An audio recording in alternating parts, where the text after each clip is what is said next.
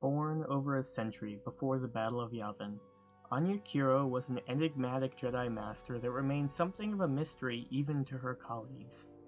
In her early years as a Jedi, she was tasked with seeking out children who were strong in the Force. She would travel far and wide as a member of the Acquisition Division of the Jedi Order, with one of her earliest discoveries being the renowned Jedi Master Ki-Adi-Mundi. Anya Kuro was a stern Jedi Master who would maintain an almost fanatical adherence to the Jedi Code. Uncomfortable with forming attachments to either people or property, Kuro would claim to have given up all possessions, even her own name, allowing others to simply call her the Dark Woman. Noted for her harsh training methods, which some considered to be disturbing if not outright abusive, Kuro would often be assigned what she would term difficult students by the decision of the Jedi Council, the most famous of whom was the failed Jedi Padawan turned Jedi killer, Aurra Sing. Although she would spend many years away from the temple, Kuro would return to serve in the Clone Wars, beginning with the first battle of Geonosis. During this period, Aurra Sing would attempt to take her revenge on her former mentor by setting up a deadly trap on Devoron. Unfortunately for Sing, she would be thwarted by the young Jedi Master Aayla Secura. Following the war's end and the execution of Order 66, Anya Kuro would go into a self-imposed exile, staying hidden until just before the Battle of Yavin. Located by the Emperor's hand, Mara Jade, Darth Vader would travel to the planet Kopragin 5 to deal with Kuro. After a brief psychological debate about extinction and the natural order of things, Vader would attack and Kuro would defend. After a brief but fierce battle, Kuro was defeated, but as Vader brought down his blade for the killing stroke, Kuro would transcend the physical plane as a Force spirit, and profess that she believed that there was still good left in Vader. Just a few short years later, Kuro would be proven right. A male Iktachi born on the farthest moon of Iktach, Saesee Tiin was a hardened Jedi Master who ascended to the Jedi Council in the decades preceding the Battle of Yavin. Despite a rocky start to his training, Tiin was noted as a gifted telepath and being the second most gifted pilot of his era. Saesee Tiin was involved in notable battles such as the Yinchori Uprising and the Battle of Geonosis. Becoming a general in the Republic's clone army, Teen's advanced piloting skills would see him take numerous victories over the course of the Clone Wars. After Supreme Chancellor Palpatine was outed as the Sith Lord Darth Sidious, Teen would accompany the Jedi Masters Windu, Fisto, and Kolar on their ill-fated attempt to arrest, if not to outright assassinate Palpatine. Using a ploy to even the odds, Palpatine would trick Saesee Tiin into lowering his guard by asking Tiin to read his mind to prove his supposed innocence. Barely a second would pass into Teen's telepathic probing before his head was lopped from his shoulders by Palpatine. Hello YouTube, this is the Phoenix Exalt bringing you the next installment of my Versus series. For this analysis, I will be using Anya Kuro during the time frame of her duel with Darth Vader, and Saesee Tiin from the time frame of Revenge of the Sith. I will be pulling from Legends continuity along with any canon materials that do not directly interfere with previously made Legends materials. Due to the fact that the Disney Story Group is going in a direction that is neither original nor creative, I will not be using canon as the main point of Star Wars media for my videos, though I am quite willing to use characters and events that do not overwrite previous ones, as I quite like the characters and they only add to the universe. As always, I own none of the characters, art, music, or other media depicted in this video, and all rights to them go to their respective companies. With that out of the way, I present to you Anya Kuro vs Saesee Tiin. If these two masters met on the battlefield, who would be the victor?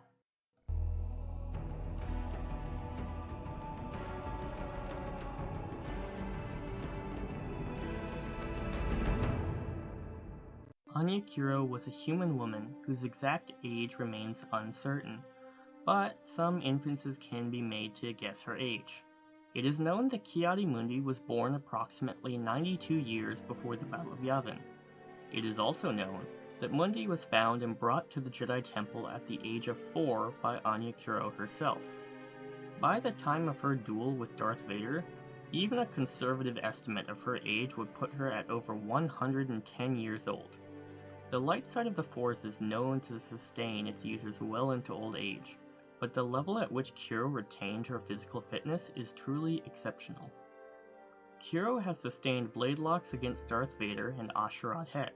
She sustained a blaster bolt to the shoulder, a direct punch from one of Vader's fists, along with surviving close proximity to an explosion that caused large amounts of rubble to nearly bury her alive.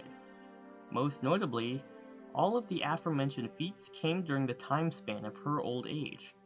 While she was, without a shadow of a doubt, a woman who had lived far past her physical prime, Anya Kuro's feats of strength, speed, and durability, even in her diminished state, were truly commendable. Saesee Tiin was an Iktachi male, born sometime during the Golden Age of the Republic. Though we do not know his exact age, we do know that he was serving on the Jedi Council at 44 years before the Battle of Yavin during the Stark Hyperspace War, and his death came at the end of the Clone Wars at 19 years before the Battle of Yavin. Therefore, we can infer an approximate age of roughly 60 to 65 years old. As an Iktachi, he possessed prominent curved horns on the sides of his head, hairless skin that was rough and tan, and an innate telepathic and precognitive abilities. Saesee Tiin is quoted as saying that his greatest strength was his hard head. While some may take this literally, I believe that he was instead using it as a metaphor for his direct and unwavering approach to combat. As a strength-based duelist, Tien's physical might has never let him down. Notable displays included destroying battle droids with hand-to-hand combat and casually throwing humanoids off their feet. As for his physical hardiness, Tiin has endured having one of his horns partially severed, and while they contain no vital organs, losing one is described as agonizingly painful as they are riddled with nerve endings. Tiin has also survived being snared by a speeder bike's tow cable and dragged through the snowy streets of a town. Immediately afterwards, Tiin would display some impressive agility and dexterity by managing to wrap part of the rope around one of the thug's neck, breaking it. When pressed into combat, Saesee Tiin favored grounded footwork and postures, only using acrobatics to cover ground. Though obvious exceptions would be made for specific scenarios, Tiin typically wore standard Jedi dark brown robes for his armor set. Overall, Saesee Tiin was a great strength-based power fighter that could take a hit and keep on fighting. This conclusion is easy to call. While the fact that Anya Kuro is still capable of fighting anyone, let alone Darth Vader at her age, is incredible, she is no match for a combatant nearly half her age, and while Saesee is beginning to age, he possesses more than enough resilience and strength to win in a physical contest between the two. Saesee Tiin gets the edge in physical abilities.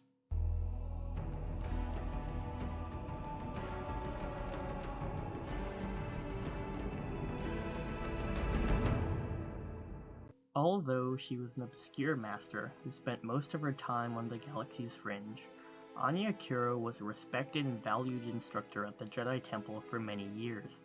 During her time at the temple, it was said that her students could expect no fewer than one lightsaber duel with her per week. It was also known that while her students were the most battered at the temple, they were also the best and most devoted lightsaber combatants. The notable Jedi killer Aurra Sing provided testament to the standard of skill Kuro demanded. Like Dooku during his time as a Jedi, Anya Kuro was a stern mentor, and was not above relying on fear and intimidation to truly test her students. Words were weapons in Kuro's opinion, and she would use them to great effect to test her students' strength of will. This practice was eerily similar to the practice of Dun Mak, a form of Sith psychological warfare. While Kuro shared many traits with the Dark Lords of the Sith in terms of teaching methods, this actually made her a more effective teacher.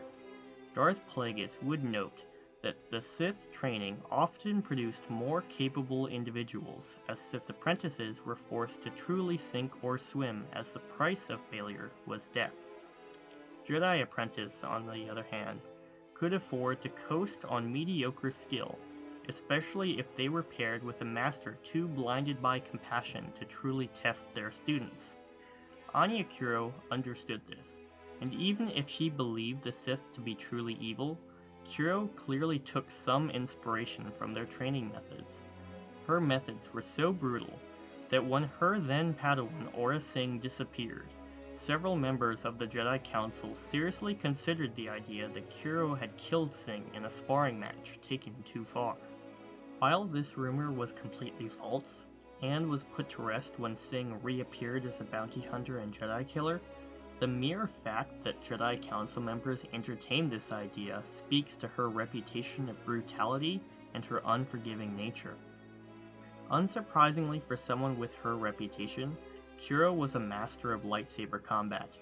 Due to her frequent use of acrobatics in the duels she had been featured in, she is thought to be a master of Form 4, Ataru. Ataru focuses on incorporating the whole body as a weapon, incorporating every form of physical strike imaginable into a seemingly wild but disciplined blade work. The form was best used by Jedi who were sufficiently proficient in the Force that they were able to augment their capabilities to superhuman levels. Though, because of this, Ataru was an exhaustive practice that was best used in short bursts to overwhelm an opponent. Anya Kuro's skill was such that she was able to overcome the youthful Asherad Het, and though it would be many years before he became the fearsome Darth Krayt, Het was no mere weakling at the time, and had spent many years training under his father, the famed Jedi Sharad Het, whose skills were regarded highly by Master Yoda himself. Most famously of all, Anya Kuro fought Darth Vader in single combat, and while she would fall that day, she gave him a much better fight than most Jedi half her age or even younger. Kuro's skill was such that she managed to legitimately disarm Vader of his lightsaber, an extremely rare occurrence as only a handful of combatants could claim to have disarmed Vader through skill alone in single combat. Overall, Anya Kuro was a deceptive and extremely dangerous combatant, and it's fair to say that any combatant that could give Darth Vader a serious challenge was a match for any combatant in the galaxy. Saesee Tiin was one of the most renowned sword masters in the Jedi Order, honing his skills by sparring with fellow council masters and participating in numerous ground battles. A stalwart power duelist, he preferred to stand his ground rather than evade. Favoring a two-handed grip, he executed his strikes and cleaves with pinpoint precision and accuracy, often aiming to take out as many targets as possible with a single strike. When unable to directly disable an opponent, he instead targeted joints and other weak points, aiming to cripple then execute. When on the defensive, Tiin used hard blocks and blade binds to set up for retaliatory strikes. While his chosen form is not confirmed in any source, it can be reasonably inferred that he is a master of Form 5 Xian and Djemso. His strength-based dueling and focus on immediate counters are in keeping with the mentality of Form 5. It is also highly likely that Tiin supplemented this with a study of Shi Cho, as showcased by his skill with crowd fighting and unarmed techniques. While Tiin has participated in sparring matches with the likes of Obi-Wan Kenobi and Mace Windu, he has never been depicted in a serious lightsaber duel outside of the ill-fated confrontation with Darth Sidious, and all of his feats are instead related to battlefield accomplishments. Tiin was at his best when his enemy announced themselves and made a challenge, allowing him to square off with them directly. However, he was vulnerable to ambush and surprise tactics, relying on his resiliency to take the hits. His success usually can be attributed to superior strength and power, and when unable to leverage those attributes, he really couldn't make a dent. Tien's death at the hands of Darth Sidious was a perfect example of his shortcomings. All Jedi present underestimated the Sith Lord, but Saesee Tiin was caught off guard by use of trickery, then killed instantly by a display of speed and power that Tiin could not hope to match. And it should be noted that while Tiin and Kit Fisto have roughly equal skill, in my view, Fisto managed to last for a short while despite this disadvantages a sheet show specialist such as Fisto has against a single combatant, and the massive power gap between the two. Instead of being killed instantly like Masters Tiin and Kolar, Fisto actually acquitted himself well, all things considered. In conclusion, Saesee Tiin is a direct and forceful power duelist who needs to be able to overpower his opponent to succeed. This conclusion took me a little while to reach. On the one hand, by reputation alone, Kuro would seem to have the advantage. After all, the sheer fact that her most notable dueling feats happened so late in her life makes one wonder about just what she was like in the prime of her youth. However, in the prime of her youth, Anya Kuro is not. And while Saesee Tiin has no stated victories to his name, it is not hard to imagine that his comparative youth and focus on a fighting form that is built to marathon duel will easily outlast a woman of twice his age who is using the most exhaustive lightsaber form ever developed. At the end of the day, all Saesee Tiin doesn't need to overcome Kuro. All he has to do is wait until she tires herself out and go in for the kill. Saesee Tiin gets the edge for martial arts and lightsaber dueling.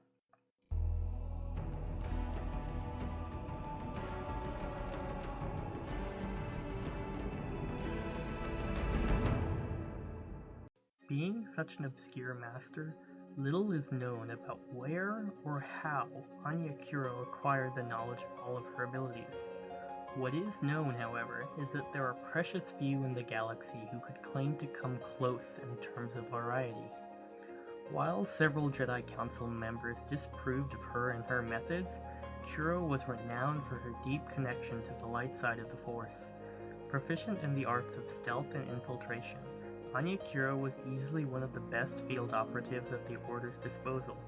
According to the Clone Wars campaign book, she had the ability of Force Cloak, a rare ability in which a Force user bends light around them, causing them, for all intents and purposes, to become invisible to the naked eye. More impressive, however, was Kuro's ability to manipulate reality. The Force is the binding agent of the universe. It is contained within all things, living and not. Kuro must have took this literally, molding the Force present everywhere. She was able to phase through solid objects as if they were not there, and had the ability to teleport. These skills gave her some commonality with the Old Republic Sith Lord Darth Jadis, who would use such abilities to evade and subdue his enemies without even drawing his weapon. The limitations of these abilities, if indeed there are any based on Kuro's casual usage of them, are unknown, but their rarity speak to their advanced nature and the likelihood that a being had to have both considerable power and the right state of mind to utilize them. While not shown doing so, Kuro has been credited with the ability to cast Force illusions, and while not deadly in nature, an illusion coupled with invisibility come with obvious benefits. Kuro was known to have the ability to receive prophetic dreams and visions, though it is unknown if these were voluntary or not. The Clone Wars campaign guide also credits her with technometry, a power similar to Mekuduru. Technometry allows the user to sense the inner workings of machinery and droids, with the most powerful adepts being able to control them. Kuro possessed a notable talent with the healing arts, and while it is more difficult to heal oneself rather than another, upon suffering a blaster bolt to the chest from friendly fire, she was able to heal the injury instantly. Along with the Jedi such as Thulm and Kakruk, Anya Kuro was able to enter into a trance that slowed bodily functions to the point of death. While in this state, she appeared as dead on medical scanners, along with being undetectable in the Force. While not shown using telekinesis in battle, Anya Kuro has been credited with the power, and based on her showings, it is an easy assumption that the utilization of such abilities in combat is well within the scope of her powers, even if it's not a priority for her all the time. Kuro has been shown defending against telekinesis utilized by Darth Vader, so it is safe to say that she is capable, but the exact magnitude of her abilities is unknown. However, when on the counteroffensive against Vader, Anya Kuro used an obscure ability, Plant Surge. More formally referred to as Consitor Sato, this power was closely aligned with the light side, and allowed the wielder to compel plant life to promote spontaneous growth or movement. Despite its alignment with the light side of the Force, the power was extremely rare, and was usually mastered by Ithorian nature priests rather than actual Jedi. Kuro used this power to bind Vader's limbs and neck, leaving him open to a killing blow which he only narrowly avoided. Finally, Anya Kuro was one of the few Jedi of her time with the ability to transcend the physical plane as a Force spirit, joining the esteemed Jedi Masters Obi-Wan Kenobi, Qui-Gon Jinn, and Yoda. If I had to guess a reason for Anya Kuro's unique relationship with the Force, I would surmise that beings like her were the light side's answer to the Sith sorcerer. Her ability to bend reality around her by teleporting, turning invisible, and phasing through objects is similar to that the likes of Darth Zana, with abilities that are just as powerful, though far less destructive and not lethal in nature. The magical spells of the dark side are described as a manifestation of the Force, a being either possesses or not. Sorcerers are born, not made, and if Kira was indeed a practitioner of light side Force magic, it would explain why her abilities were so rarely seen, even among the most powerful of the Jedi in the Order's history. The Iktachi were renowned as a species for their telepathic, precognitive, and piloting abilities. Saesee Tiin's latent Force ability first expressed themselves behind the controls of a starship. However, unlike his piloting abilities, Tiin was unable to control his telepathic abilities as a young initiate, and as such was alienated from his peers after several embarrassing incidents of involuntary thought-sharing. While the average Iktachi understood that the effectiveness of their abilities was directly tied to their proximity to their homeworld, this was not always the case, and certainly not in the case for an Iktachi as strong in the Force as Tiin. Despite his initial lack of control, Tiin would gain control of his powers by learning to pick up thoughts by maintaining eye contact, and discovering that any opposing combatant would still emit single-syllable thoughts that would telegraph their next movement. However, Tiin's training only truly begun under the Wol Cabochite master Omo Bori. Master Bori's highly cognitive brain was so highly evolved and alien that Tiin found his thoughts indecipherable unless Master Bori chose to make himself clear. Being forced to communicate with such an alien mind forced Tiin to go back to basics and completely retool his telepathic skill set. He was taught to isolate his own brain waves to control his power, and was an accredited practitioner of battle mind. He would become capable of scanning dozens of minds for information and probing memories for deception. Based on Tiin's training, it is likely that any direct telepathic on him is impossible, and he possesses an immunity to fear effects. Oddly enough, Tiin has never been credited with the Jedi mind trick, though it is likely that this was because he could achieve the same effect with telepathy. Saesee Tiin's instinctive use of the Force for astronavigation was an outgrowth of his telepathic powers, and his abilities behind the controls of a starfighter would only be surpassed in his era by Anakin Skywalker. Saesee Tiin was also known to spend long hours alone honing his skill with foresight and telepathy. Tiin would effectively isolate himself from much of the Jedi Order after Master Bori's death some 20 years before the Clone Wars. During those 20 years, Tiin would not take a Padawan, and would instead earn both mastery and a seat on the Jedi Council by merit. Though an accomplished and renowned member of the Order, he would remain isolated and dedicated every ounce of his spare time for the rest of his life to attempting to telepathically communicate with Master Bori's Force spirit. Despite the obvious focus on telepathy, Tiin would develop some practical abilities for field operations. Tiin would use physical augmentation for the typical superhuman feats shown by all Jedi, and has been shown employing it on numerous occasions. Tiin was credited with Tutamenis, though it is unknown just how advanced this practice was. And even so, it is highly unlikely that he was able to deflect anything more than force lightning. He would use telekinesis to perform saber throws, along with basic pushes and shoves in the midst of combat. His telekinesis lifting capacity was several tons, and he has been shown lifting heavy machinery on several occasions, along with inadvertently catching a missile with telekinesis and sending it back to its launch point. The choreography for the showdown in the Chancellor's office in Revenge of the Sith was a mess. And as such, the tie-in material has danced around it and instead come up with plausible explanations for Tien's and the other Masters' seeming ineptitude.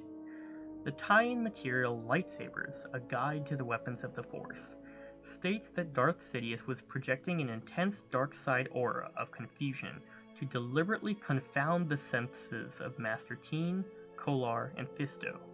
Palpatine then used this as a method to buy time, and, as the novelization of the movie notes, Palpatine then tricked Tiin into lowering his guard and attempting to read his mind to prove that he was not in fact a Sith Lord.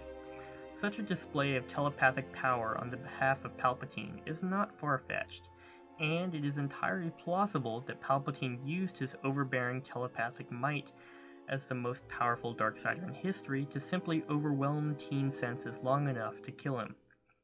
While this is just speculation, it is the most likely scenario in my opinion for an explanation on Tien's near-instant death at the hands of Palpatine, as even Tiin is nowhere close to being that bad.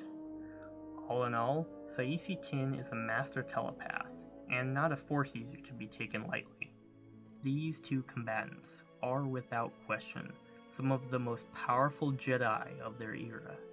However, Anya Kuro goes a step beyond to be one of the most unique and powerful Force users of her Order's history. While Tien's telepathic powers are impressive, it will be of very little use against Kuro. Tiin has no credited display with any form of offensive telepathy. Kuro, on the other hand, has a skill set in which every single power can be used for offensive purposes. A pure Force duel between the two would see Kuro teleporting around the battlefield at will, while phasing through objects and becoming invisible and creating illusions to distract Tiin. A Force duel between the two would take only as long as Kuro needs to find an opening. Therefore, Anya Kuro gets the edge in Force abilities.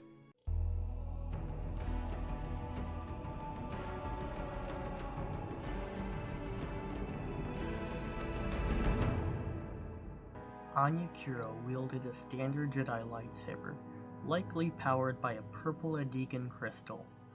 The weapon contained no special benefits other than familiarity with her own handiwork.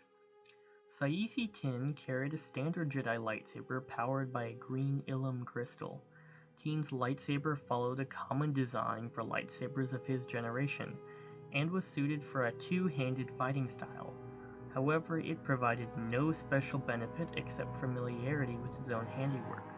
Additionally, both usually wore standard Jedi robes and no other special equipment of note. No edge shall be given for weapons and equipment.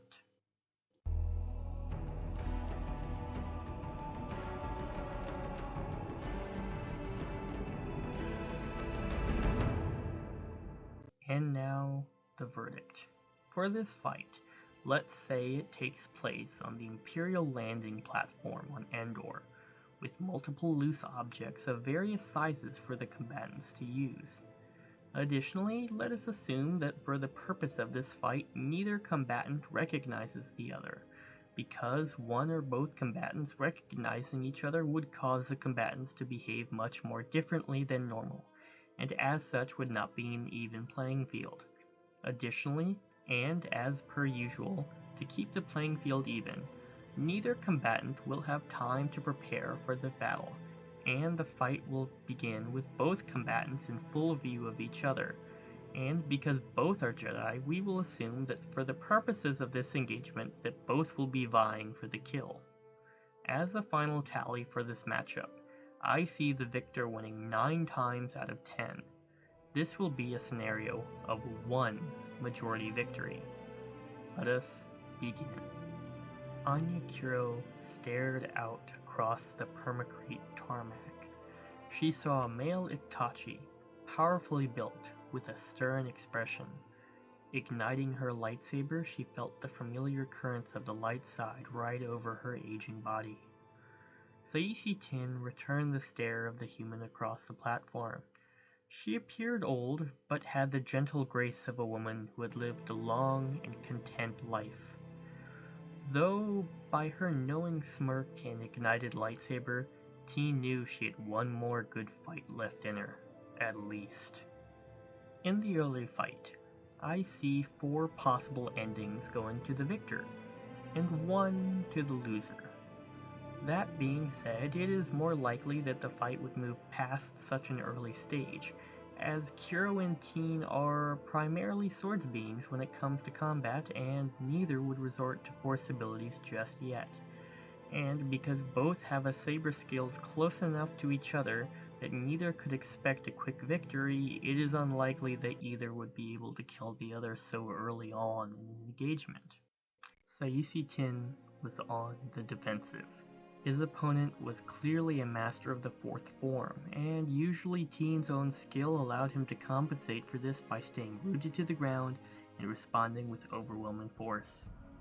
However, while he was holding his ground, the best he could, he noticed that his opponent fought with a brutality and ferocity he had only experienced in sparring matches with Master Windu. His opponent followed none of the rules of combat, and seemed to be willing to do whatever was necessary to survive and win. Taking this desperation as a sign of desperate attempt to kill a superior swordsman, Tiin went on this offensive. He took on his opponent with everything he had, throwing his full might behind cleaving power blows with enough force to kill his aged opponent if he was wielding a small stick instead of the lightsaber he held in his hand. Anya Kuro was currently as evasive as a leaf in the wind. Allowing her opponent to show off his prowess, she was not as desperate as Tiin believed. Her evasions were instead a carefully calculated ploy to take the measure of her opponent. As she ducked, leapt, and cartwheeled, she would pick up a loose bolt or two and hurl it at her opponent. The grunts of pain as each and every one hit let her know what she suspected. The horned man was a tank, who absorbed lesser damage to focus down one opponent at a time. His tendency to stay rooted to the ground let her know that she had the agility advantage, for the time. And finally she realized that it was highly likely that he was the sort of combatant who appreciated the honor in dueling, the formal challenge, the type of dueling that made sense in the sparring arena, but little anywhere else. She watched as the horned man before her took yet another power swing that she ducked under, but this time she found the toe of a force-enhanced boot that sent her head over heels across the permacrete. Spitting out a tooth and feeling her already small energy reserves dwindling, Kuro decided that the time for games had passed, and the real fighting was to commence. Meeting her opponent in a blade lock, she looked up at the horned man and smiled. In the mid-fight, I see this fight ending the remaining 5 times out of 10 for the victor. It is my belief that it is unlikely that Kuro wished to prolong the fight much later, as her stamina likely could not keep up with Saesee that long. Therefore, she would make use of the full range of her abilities in order to bring the fight to as quick of a conclusion as possible. The only question at this point would be, can Saesee Tiin keep up with the light side sorceress until her stamina ran out? Or would he crumble under the pressure? Saesee Tiin knew he was in trouble when his opponent smiled at him. That smile was not one of defeat or desperation, That was the smile someone showed you as they handed you the vibro dagger they cut your heart out with. Suddenly, the woman was gone. Expecting her to have jumped back, he scanned the area, realizing that she was gone in the sense that the old woman had vanished, seemingly into thin air. Turning around, he saw an exhausted opponent limping for the exit, and sprang. Swinging his blade through the empty air, Saesee Tiin suddenly had a thought cross his head. Saesee Tiin had an overwhelmingly bad feeling about this.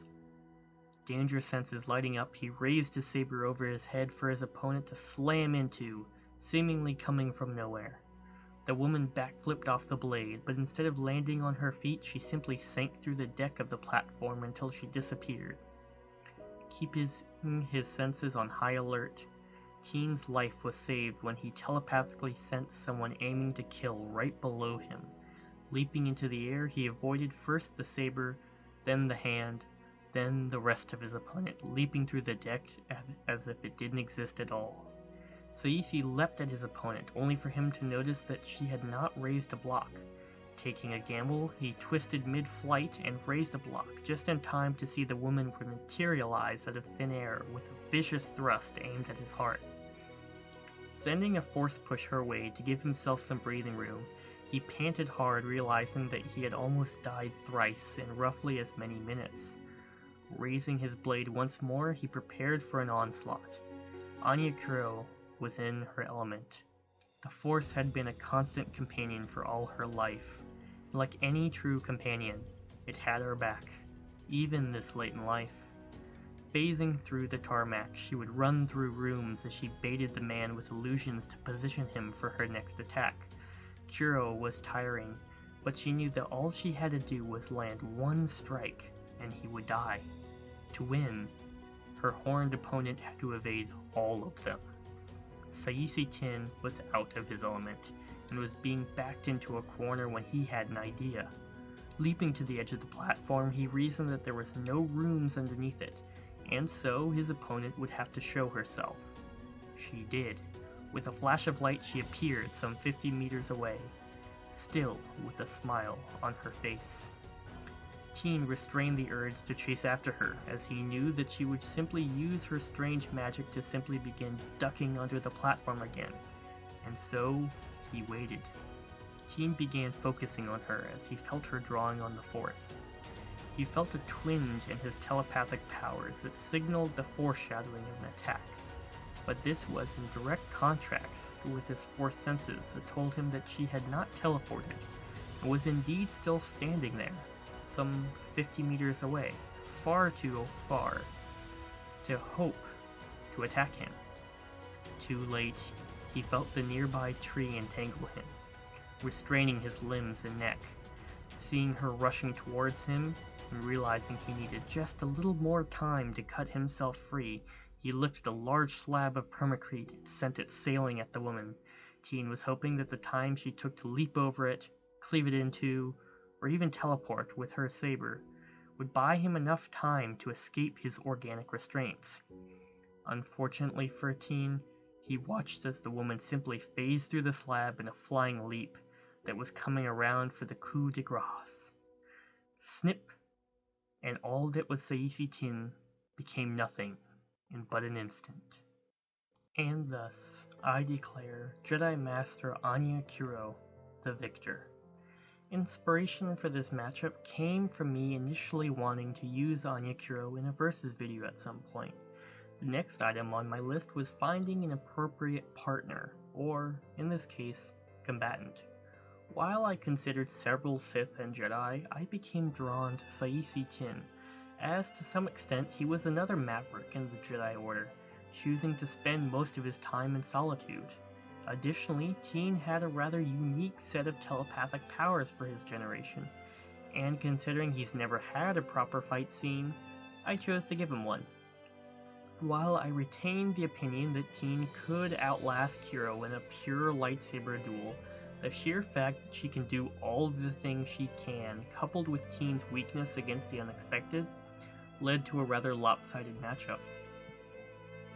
The only victory I could foresee at the end of the day for Tiin was getting lucky with a circumstantial victory, or perhaps throwing everything into a Saber offensive, and Kuro doesn't react quickly enough to kick in her force abilities.